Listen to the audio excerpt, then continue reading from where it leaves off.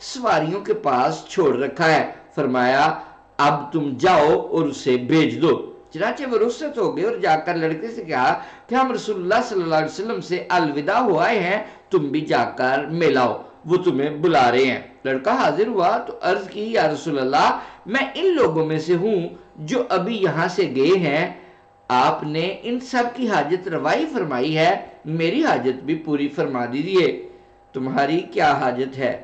یا رسول اللہ میری حاجت ان لوگوں کی حاجات سے مختلف ہے، میں تو صرف اس لیے آیا ہوں کہ آپ اللہ تعالیٰ سے میرے لیے سوال کیجئے کہ وہ مجھے بخش دے، مجھ پر رحم فرمائے اور میرا دل غنی کر دے۔ جانب عالم صلی اللہ علیہ وسلم نے اس کی خواہش کے مطابق انہی الفاظ میں دعا دی، اے اللہ اس کو بخش دے، اس پر رحم فرما دے اور اس کا دل غنی کر دے۔ پھر اس کو بھی اتنا ہی عطا فرمایا جتنا باقی افراد کو دیا تھا اور اسے رخصت کر دیا۔ کئی سال بعد یہی لوگ مینا میں جانب عالم سے ملے، مگر اس دفعہ وہ لڑکا ساتھ نہیں تھا۔ آپ نے اس کے بارے میں پوچھا تو انہوں نے بتایا کہ آپ کی دعا کی برکت سے اللہ تعالیٰ نے اس کا دل غنی کر دیا ہے۔ اب اس کی یہ کیفیت ہے کہ اگر ساری دنیا کی دولت تقسیم ہو رہی ہو تو وہ اس کی طرف آنکھ اٹھا کر بھی دیکھنا گوارا نہیں کرے گا۔ جانب عالم نے فرمایا الحمدللہ مجھے امید ہے کہ جب اس کی موت آئے گی تو وہ پورے کا پورا مرے گا۔ کیا ہر آدمی پورے کا پورا نہیں مرتا یا رسول اللہ؟ انہوں نے حیرت سے پوچھا۔ نہیں، آپ نے جواب دیا، کسی آدمی کی آرزویں اور تمنائیں دنیا کی وادیوں میں بٹ جاتی ہیں اور کچھ پتہ نہیں ہوتا کہ طلب دنیا کی کس وادی میں موت اس کو آ دبوچے۔ مورخین نے لکھا ہے کہ وہ نوجوان عمر بھر زہد و قناعت اور استغنا و سرچشمی کی اعلیٰ مثال بنا رہا اور تا دم واپسی دین حق پر ثابت قدم رہا، رضی اللہ تعالی عنہ و عن جمیع الصحابہ۔